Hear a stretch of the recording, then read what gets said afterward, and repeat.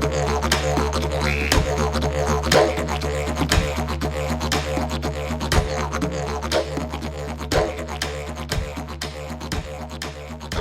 everybody, welcome to season 5 of Educator Yarns. My name is Jess Staines. I'm the director of the Koori Curriculum, which is an Aboriginal early childhood consultancy that's based on Dark and Young Country on the New South Wales Central Coast. We offer professional development for early childhood educators through webinars, retreats, events, and in-services. This time round on season 5 of Educator Yarns, I'll be joined by Burch, who's the founder of Bush Kindies Australia, which is a program that supports educators in enriching opportunities for play and learning in nature for children. Beck has an extensive background in early childhood education. She leads Bush Kindies Australia, where they take children into nature spaces in all weather, and it gives them the opportunity to play and learn. Beck has experience that spans over many years regarding training and mentoring in nature play, and she's worked in Nature Play Queensland, TAFE New South Wales, and as well previously Cottonwood Learning. So welcome everyone to season 5 of Educator Yarns, where we'll be mainly focusing on the intersection of nature play and Aboriginal culture and giving advice and hopefully some pearls of wisdom for early childhood educators who are wanting to delve deeper into Aboriginal programs and explore opportunities for rich and meaningful nature play experiences. Before we get into the episode today, I'd like to acknowledge the traditional owners of the land on which we are gathered on and pay my respects to elders both past and present, as well as acknowledging any Aboriginal or Torres Strait Islander educators who are tuning in. Hi everyone, it's Jess and Beck here, and we are back for another episode of Educator Yarns. Something new that we've done is that we've introduced a phone number to the podcast where educators can dial in and answer questions about Aboriginal programs, nature, play, sustainability, on-country learning, and we will do our best to answer. The reason that we've done this is that we really want to make sure that the content that we're making is interesting for you and relevant to what it is that you're wanting to know. And so having your voices and us being able to direct that a bit is something that we're keen to do. So this is our first episode where we'll be playing you one of the questions that have come in and doing our best to answer it. So should we jump in back and give it a go? We'll play the recording. Yeah, absolutely. Let's hear it. Oh, hi, this is Miss Kate calling from Little Saints at Callabudra. I'm the ECT, and we run a forest fall program every Friday over at Shooters Park, Callabudra. I suppose my question is just the most appropriate and correct way to reach out to the local community, local Indigenous community, to support us, to visit us, to guide us over at Shooters Park and also at our site on Sullivan's Road at Callabudra. Yeah, thank you so much. Bye. So this is a site you're familiar with, right? You know this. Yeah, this is a beautiful early learning centre on southern Gold Coast. Not only do they have an amazing playground space with lots of nature immersion there, even a creek bed running through the middle of it, but they have a very established Bush Kindy forest school program with a park space just across the road and a little bit of a walk down. And they explore the mangroves, and there's eucalypt forest, and they explore the water. So it's a beautiful program and a great question. I think when we're yarning about connecting with community, it's not so straightforward. This is my thing. And I say it all the time, is that we get emails and phone calls asking people to connect them with elders or with language custodians or whatever it might be. And I don't ever want to be a switchboard operator. But the other reason that we won't give people direct contacts is because if I've not worked with you directly, I don't know your integrity or if you're a culturally safe service, because I've had some real doozy experiences myself going to services that I'm not aware of. So, and then that comes back on me because I've put the person in contact with them. But I think it's really about understanding the process. And we say the saying all the time, but if you give a man a fish, you'll feed him for a day, but if you teach a man to fish, they'll never go hungry again. And I stand by that with everything that we do, is that it's not about giving you the answer, but guiding you to find that and make that connection for yourself. But the bit that's missing here is the why. Like, why are you wanting to make that connection in the first place? Because that really then determines who is best placed to support you, and then how you would go about making that connection. Wouldn't you say, Beck? Absolutely.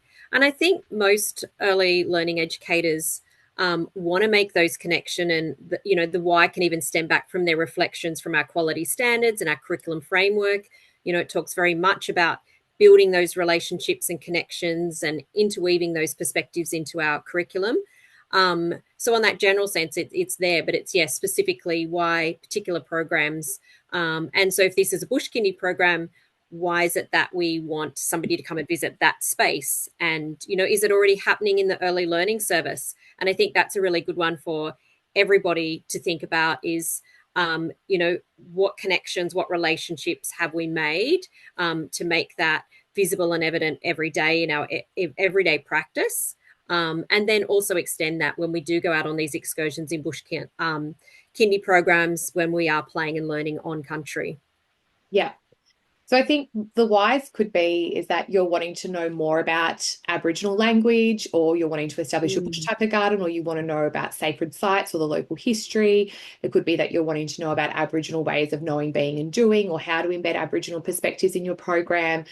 But all of those things are then a different who, it's not necessarily the same person that does all of those things, because there's a big difference between an elder and an early childhood consultant. There are some things that I am happy to guide educators on, but part of my cultural integrity is that I need to make really sure that this is my role and this is the lane that I stay in, because when I step outside of that, that's when I get in trouble from my community and Aboriginal communities that I work in, because they're like, well, you're not the one that should be answering that, and that's not your knowledge to share. Even if it's something that I'm aware of and it's knowledge that's been shared with me, it's not mine to then pass on to other people. And that's part of our cultural process and integrity, I guess. I keep using that word integrity, but it's a really important thing. So my brother, Josh, used to have a dance group for many years. It was called the Yammer Boys. And he would go and visit different places and do dances. And then people would say, well, can we do these dances with our children or students? And Josh wasn't able to give them that permission, because even though the dances had been shared with him and he had permission to go out and share them, that he's not the custodian of them, and it wasn't his to give or to pass on to other people. So that's something that I guess we're mindful of, is that we can share our experiences to an extent to a certain space, and then we have to refer to other people or guide them elsewhere. So making really sure that, I guess, when you are connecting with someone, that you're not just any Aboriginal person that's out there, but it's the right person for what it is that you're looking for. And in some cases that you have done your due diligence and you're aware that they have been endorsed by community to be working with you in the space and in the role that they are. And not everyone is the knowledge expert in every topic, just as you as I. And so, it might be connecting with somebody local that does have that knowledge about native flora and fauna on that particular site. And so, if we're able to connect with someone, and for example, in that Little Saints at that particular park, they might be able to share about the different birds and if there's significance there, if they're, often there's koalas at that site and there's possums, there's lizards, there's a lot of snakes at that site. So, there may be somebody that has that particular knowledge, but not necessarily knowledge in other areas that might be around local stories and the history, or even the language. So, definitely agree with you there, really connecting with the right people for what you're wanting to add to your program, in your bush kindy program. And I know with your programs, you've worked with Uncle Frank and Uncle Alan, as well as other people, but they've been really pivotal and influential on the services that you deliver and in your cultural journey that you've been on. How did you go about making connections yourself? What was your process like? I think it's quite extensive and many faceted. I think it's not like sometimes when we want to contract another particular service of send an email or book something online. I think it really starts with those connections in your community and building up those relationships. So, looking at what's in your community. Are there community events? Are there network meetings? New South Wales and Queensland, and each state is a little bit different how they navigate those. But there are often community meetings where you can come to, and even for us, we were contributing to some of those network meetings, or contributing to the events, or holding a stall and doing those things. And over those times, I've met different elders and got to know them. I guess for me, that core principle of making sure it's a real reciprocal relationship, and how we can support people, whether they've got their businesses that we can then contract so that there's financial contributions, really making sure that it's a respectful relationship and connection. A lot of yarning and a lot of cups of tea, I find, have really helped me build those connections. Sometimes that's just been a walk in the bush, particularly with Uncle Frank. I've spent lots of times just walking in his local area, having cups of teas, having chats, getting to know him as a person, and his family and his mob. And, that's really made me understand about his knowledge and what he was hoping to share with the community. And then we've been able to work together to collaborate, and share that to a wider community. So I think the key there is always building those relationships, but there's a lot of different, there's no stock standard one community event or network group in each town, but they're there. You just have to spend some time investing to look for them. And, even if it's reaching out to the council to start with and chatting to they often have an Aboriginal liaison officer. There might be one at the local school.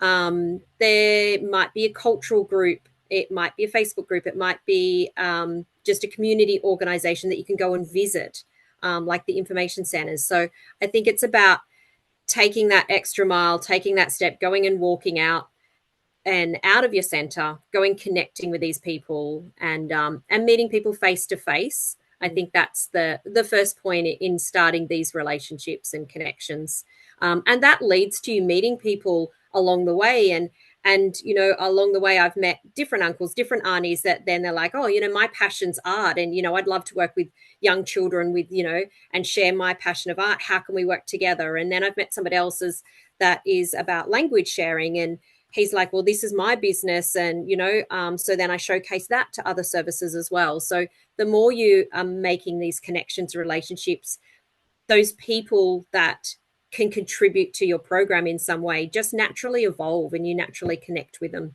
and find ways to work with them.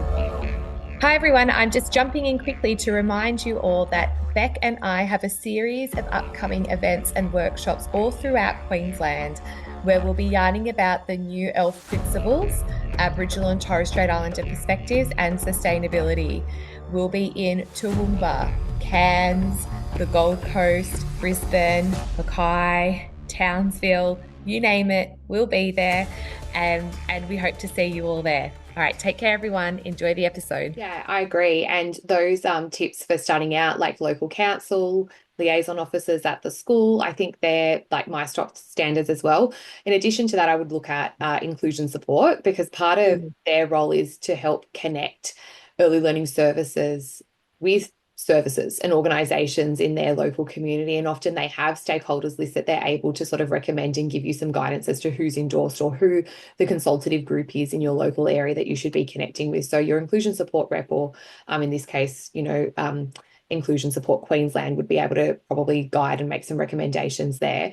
Then there's also like state reconciliation groups, like Reconciliation Australia Queensland is great, but I think every state and territory has a specific reconciliation advisory group that you could connect with, as well as RAP networking groups within your local community. So you'll be able to see that if you're registered for a RAP on Narragansett, what other services in your area have a reconciliation action plan, and if there is a local networking group that's available for you to join and to go and share some community connections and so forth.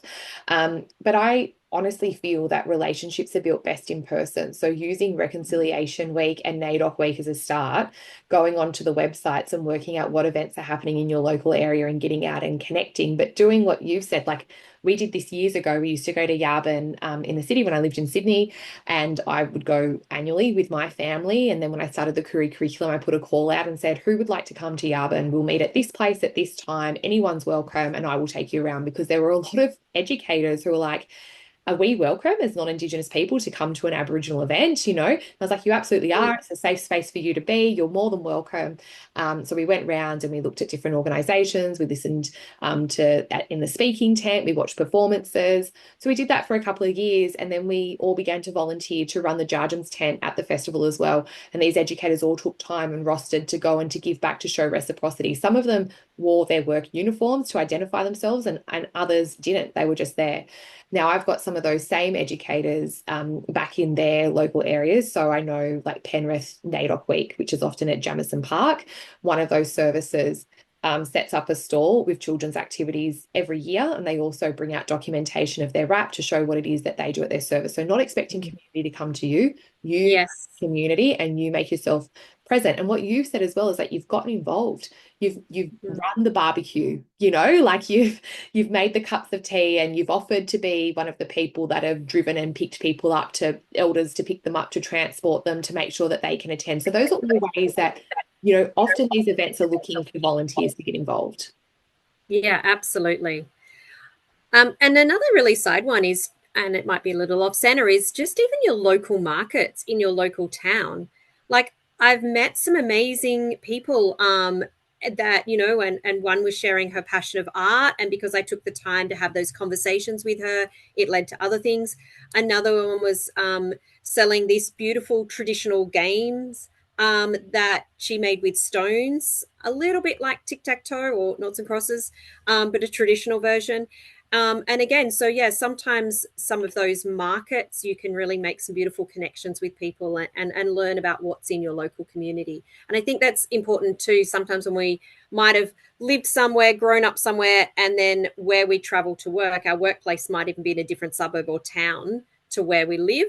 Kind of need to make that extra effort to go, well, who's in that suburb where we work in our learning centres or schools? Yeah, totally agree. I was just up at Armidale on the weekend. I had some educators come from Tamworth. We did 2 sessions whilst I was in Armidale, and we were talking about artists in the community. And there's this young girl. I feel like she's probably not even 12. Like, she's really, really young.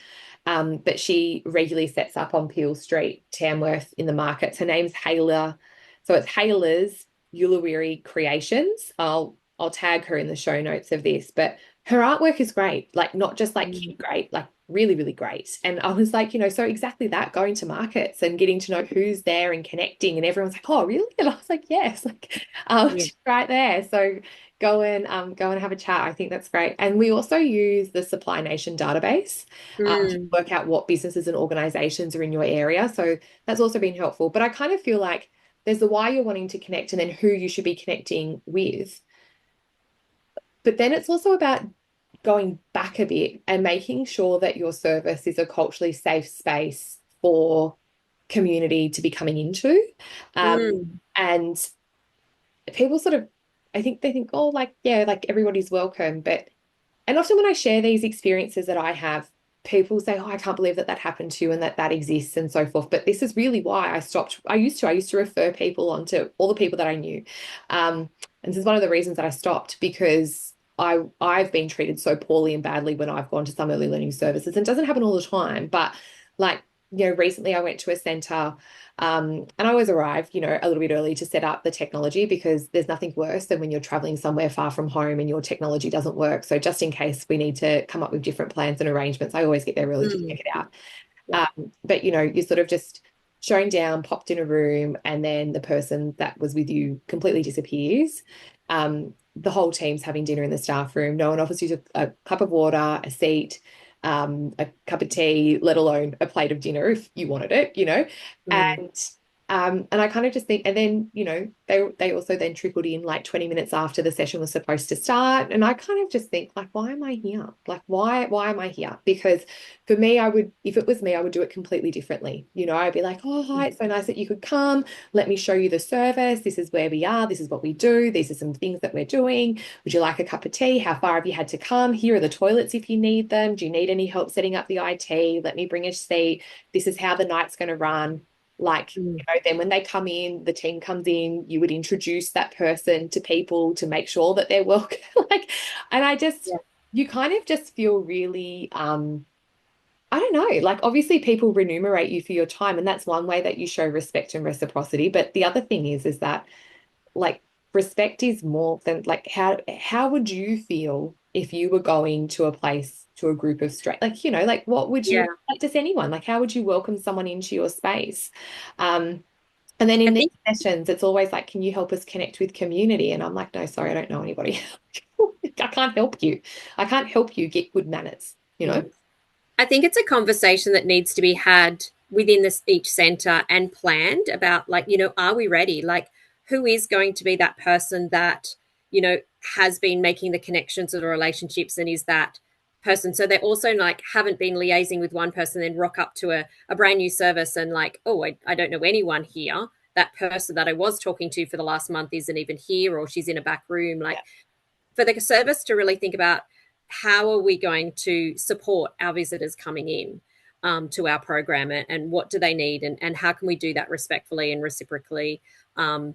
And I think that needs a conversation and planning so that it is fair and it is positive, and putting yourself in the shoes of a stranger walking into your service. What's that going to feel like? What do we want it to feel like? What do we want it to look and sound like?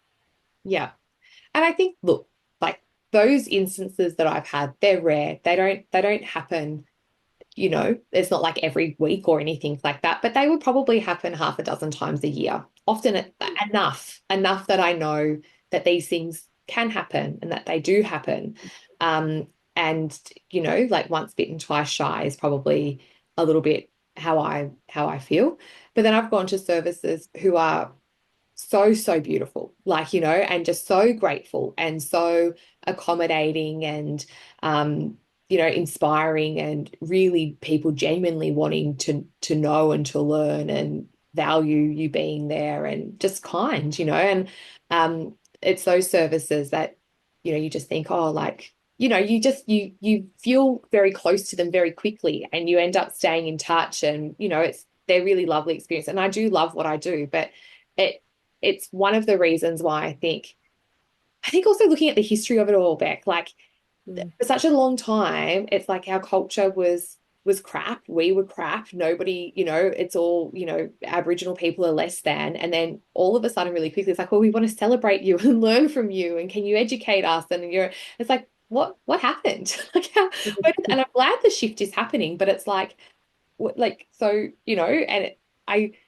and then some community, they've had really positive experiences, but when they've had negative ones, we just sort of go, well, like, you people are gammon, like you're not really genuine. You're just ticking a box, you're just going through the process, and it just turns people right off, and some communities have had really negative experiences, and it's been one person that's ruined it for the lot, Yeah. And then we have some amazing people that don't want to come and share knowledge or their passions with community groups because of that negative experience. And I think it's really important to have those conversations, if we're bringing someone into our programs, is like, before they get there even, is like, okay, we're going to be learning about flora and fauna. Would you like the session with the children out in the playground space, or would you like it inside because you've got books? Like, where do you want to start? And having those conversations so that it's comfortable right from the beginning and it's supportive, and they're going to, if they're talking about plants, is the best place of sitting on a mat inside at a group time, or is it actually outside in their garden or looking over the fence at the big eucalyptus gum tree? So I think having real conversations and planning, and having that delegated person that's kind of responsible for making sure that everybody's going to get the best out of these connections. Yeah. And that's totally intimidating as well, that when you think about it, a lot of the community people that you're bringing in are not performers. They're not early childhood teachers or educators. And to have I've seen situations where it's like 60 children from multiple rooms have been brought up to sit in front of this person, in one room, and they're meant to somehow entertain and keep these massive group of children engaged. And some educators are good and they'll sit there and they'll help guide and facilitate that, and interact and, do, and others will just say, oh, like, we've got an hour of free time. I'm going to sit up the back and do my programming on my laptop while that person's there entertaining my kids, and you think about how intimidating that is, for somebody that's not got, early childhood experience or a background in that, and then to be put in those positions. And so Uncle Bobby, when I was working back then it was Marrickville Council, now it's in West, he used to come in and he's just come and chill out, just come and be like, have cups of tea. Children would come and just chat to him and he would tell them like stories. Like, well, we don't tell them that, they're only 3, but but it was great. Like, and it was just, I guess, our version of an intergenerational program. But like my dad would pick him up, my dad would take him home, like we made sure that there was, like, the transport was there, that there was an adult-sized chair, there was an educator that was probably always me, like with Uncle Bobby, that would sit there with him, and children would come and go from us, and there was no expectation of him to perform. It was just for him to be. That's it. Yeah. And that's, to me, the most genuine. Yeah, and I've seen some really amazing programs where that exact thing has happened, where elders have come in and it hasn't been about sitting in front of a mat of 60 children. It is been just being interweaved into the program, and they can wander around their playground space and share insights and have conversations. And it is really authentic. And I think it's so much more, puts people at ease. And then those programs are far more likely to be successful. And even I, as an early learning educator who has been trained, I not long ago was in a service and I had to share some information, and they're like, oh, we can put all the kids in one room. And I was like, you know what, I'd actually prefer if we could, I'll just do a small group and then I'll just repeat it. I'll go into the other room and do the other session. And it was great because that team were really just open to working with me. And it's about having those conversations with all of our visitors to, rather than, go, oh, they're only here for half an hour, dump 60. They might actually prefer just to have those informal chats or smaller groups and do it more often. Have you got questions about nature play, sustainability, or how to meaningfully include Aboriginal culture in your early childhood program? Call 0253 000 306 and leave a voice message for the Educator Yarns podcast. Beck Burch from Bush Kindies Australia and Jessica Staines from the Koori Curriculum will be answering your questions, offering practical advice, cultural guidance, and inspiring ideas to support your teaching and planning. Whether you're just starting out or looking to take your program deeper, your question could shape future episodes and support other educators across the country. Dial in today at 0253 000 306. Well, I don't know that we've answered Kate's question directly in the sense, but this is part of it, right? It's thinking through all of the things that go with connecting with community. Like, first, does our team value the importance of having community come in? Why are we wanting to connect with community? Do we have a budget to be able to remunerate people for their time? Do we understand that before someone comes in to deliver a service, that we might have to put some time and skin in the game by attending community events, developing that rapport, having a booth, volunteering our time to show that we are genuine and really valuing the importance of connecting with community in the first place. And then as you're doing that, developing a stakeholders list over a period of time and slowly identifying, well, who is the correct person to be reaching out to be engaging in this process? And then what will their time look like at your centre? Is it just going to be a one-off? Is it going to be ongoing? Is it going to be small groups of children? Is it going to be mentoring educators for them to then transfer that back regularly, daily with children? And then reflecting on that. How is it going? Is there anything that we need to change or modify? So those are sort of things that I think is part of the process, and it's slow. It's not quick. So if you guys are listening, sorry, Beck, you go. I was just going to add, the mentoring the educators is a really good one to think about, because sometimes we often think about, and we, put it in the box of incursions, bringing a visitor in, they're going to sit on the mat, share some information, do something with the kid, and at the end of the 45 minutes, that's all done. And yes, and we know educators are busy, very busy, and there's lots on their plate. But I really encourage everybody to take the time to actually like sit and engage and involve yourself, because as educators, we get to learn so much in those sessions. And I mean, that's how my collaboration with Uncle Frank in particular has evolved, because along the way we were getting him in to share his, knowledge with children, and realized as educators, we could learn so much that we could continue those conversations and those little insights and that knowledge for the rest of the day and the rest of the week or the month and the year. Like, there's so much as we can learn. So, trying to kind of go, oh, I won't spend this half an hour to go off and clean or do my programming. Sit and engage and learn, because it's an amazing opportunity for professional development for ourselves. I think the only other thing that I thought to mention would be that sometimes it's about how you're amplifying the voices and perspectives of community when they are not there. So whether that's, purchasing and procuring books that share their perspective, that are written by them about the local area that you have with you, that you're taking with you out on country if you need to, or if you have artwork that they've done that's back in the service that's reflecting country and the stories of country, and you're revisiting those experiences back within your indoor program. And then sometimes my dad, he was part of it was an oral histories project. So the stories about the history of our area had all been recorded.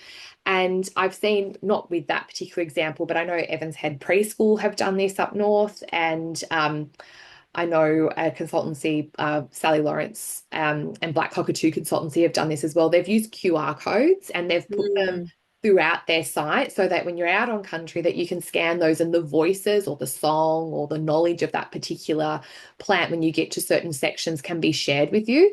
So even advocating that council gets involved with that and potentially does those things, or if someone can't come with you ongoing with permission, can you record that and capture that some way and use technology as a way of signposting the area so that you can access those stories daily, and that person might not be able to be there daily, but that would be one way, I think, as well, that you could bring that community perspective in without physically having that person there. Yeah. If you're listening to the episode and you found it helpful and you're thinking that you also might have a question that we could answer, we have a phone number, which is 0253 00. Oh no, hang on, let me do it again. The phone number is 0253 000 306. And you can call, leave us a voicemail, tell us who you are, where you're coming from, and what you would like us to answer on our next episode of the podcast. Thanks for joining me, Beck. See you next time. See you then. Thanks for listening to today's podcast. To find out more information about the Koori curriculum and how we can best support you in your early learning service, visit www.kooricurriculum.com.